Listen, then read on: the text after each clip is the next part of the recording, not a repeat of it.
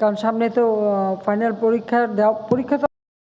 Subscribe now and press the bell icon. Never miss an update. হবে না, এটা আরো কি করা যেতে পারে। মাধ্যমিক ও উচ্চ মাধ্যমিক শিক্ষা বোর্ড আইনের সংশোধনের অনুমোদন দিয়েছে মন্ত্রিসভা। সংসদের অধিবেশনে এর সংশোধনী উত্থাপন করা হয়। আজ প্রধানমন্ত্রীর সভাপতিত্বে মন্ত্রিসভার বৈঠকে এই অনুমোদন দেওয়া হয়।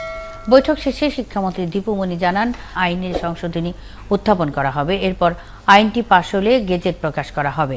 গেজেটের পরই ফল প্রকাশ করা হবে। সংশোধনীর ফলে যে কোনো দুর্যোগ বা মহামারীতে পরীক্ষা ছাড়াই মূল্যায়ন পদ্ধতিতে ফল প্রকাশ করতে পারবে। বিদ্যমান মাধ্যমিক ও উচ্চ মাধ্যমিক শিক্ষা বোর্ড আইনে পরীক্ষা ছাড়া ফল প্রকাশের বিধান নেই।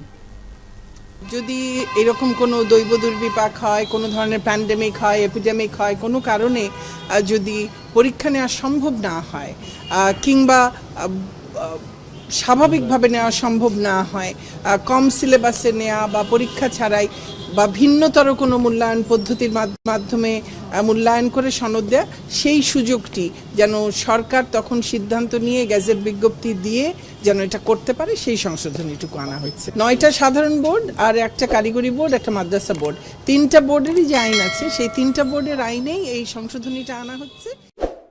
এতদিন পর্যন্ত স্কুল নাই, ক্লাস নাই, পড়াশোনার ক্ষতি হচ্ছে, কিন্তু এটা কিছু করারও উপায় নেই। কারণ এটা শুধু বাংলাদেশ না তো, সারা বিশ্বব্যাপী এই একই সমস্যা, সবাই ভুগছে। আমি সব শিক্ষার্থীদের বলবো যে অন্তত বইটই তো সাথে আছে, যারা একটু ঘরে বসে যেন কিছু পড়াশোনা করুক, তারপরে আমরা দেখি আমরা কীভাবে কী করতে পারি।